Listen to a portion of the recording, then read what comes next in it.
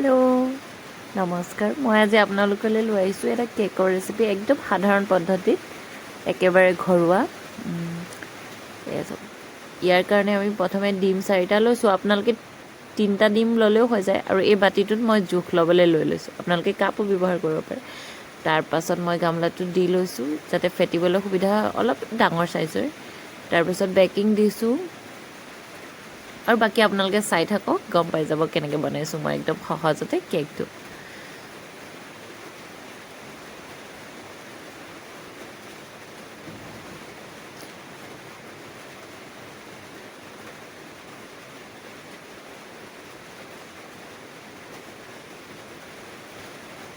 বেকিংবোৰ আমি মিক্স কৰি লৈছোঁ। তাৰপাছত আমি ইয়াত দিম চেনি। এনেকৈ যেতিয়া এনেকুৱা ধৰণৰ হৈ যাব, তাৰপিছত আমি চেনি দিম। চেনি আপোনালোকে মিক্সিত মাৰিও দিব পাৰে, সহজ হয়। মই এনেকৈ দি দিছোঁ কাৰণ মই কেকটো অলপ দেৰি ফেটিম যাতে খাবলৈ টেষ্টি হয়। তাৰপাছত ইমান কেকৰ সমানে জোখত আমি চেনি দিছোঁ। আপোনালোকে যদি মিঠা বেয়া পায় তেতিয়াহ'লে অলপ কমকৈও দিব পাৰে। তাৰপিছত তাৰ জোখতে ৰিফাইন দি দিছোঁ এয়া। তাৰপিছত আমি ধুনীয়াকৈ ফেটিম কেকটো।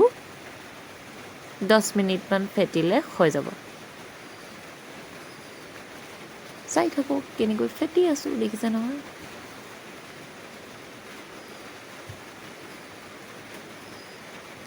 মিক্স 10 মিনিট মিক্স কৰিছোঁ।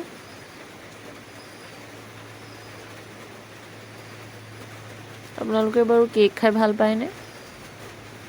ময়ো ভাল পাওঁ, কিন্তু ইমান মিঠা নহয়।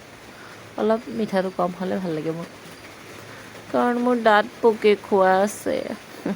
তাৰপিছত আমাৰ এইটো পেষ্টটো ৰেডি হৈ গ'ল, দেখিছে কিমান ধুনীয়া হৈ গ'ল। ইয়াত ময়দা দিয়া নাই, কিন্তু ময়দা দিয়াৰ দৰে লাগিছে, দেখিছেনে? এতিয়া আমি ময়দা দিম।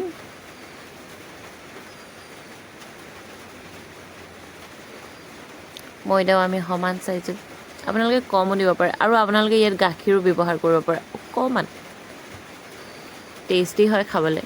মই দিয়া নাই। তাৰপিছত আমি এইটো মিক্স কৰিম। বেকিং আগতে দিয়া কাৰণটো আপোনালোকক কোৱা নাই।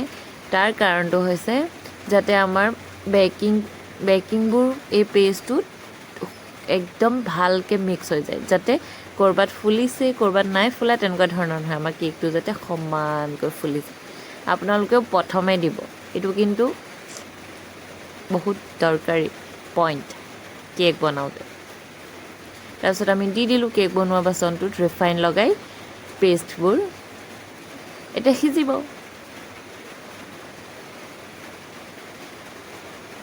আধা ঘণ্টাৰ পাছত ৰেডি হৈ যাব আমাৰ কেক।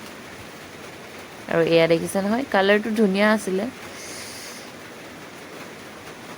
একদম পূৰা স্পঞ্জি টাইপ হৈছিলে কেকটো। মই কাটি দেখাইছোঁ আপোনালোকৰ কাৰণে। আপোনালোকে যদি বিচাৰে এনেধৰণে বনাই খাব, একদম সহজ, অলপো কষ্ট আৰু ইমান বাজেট নালাগে। দেখিছে নহয় কিমান স্পঞ্জি হৈছিলে। থেংক ইউ ফৰ ৱাচিং।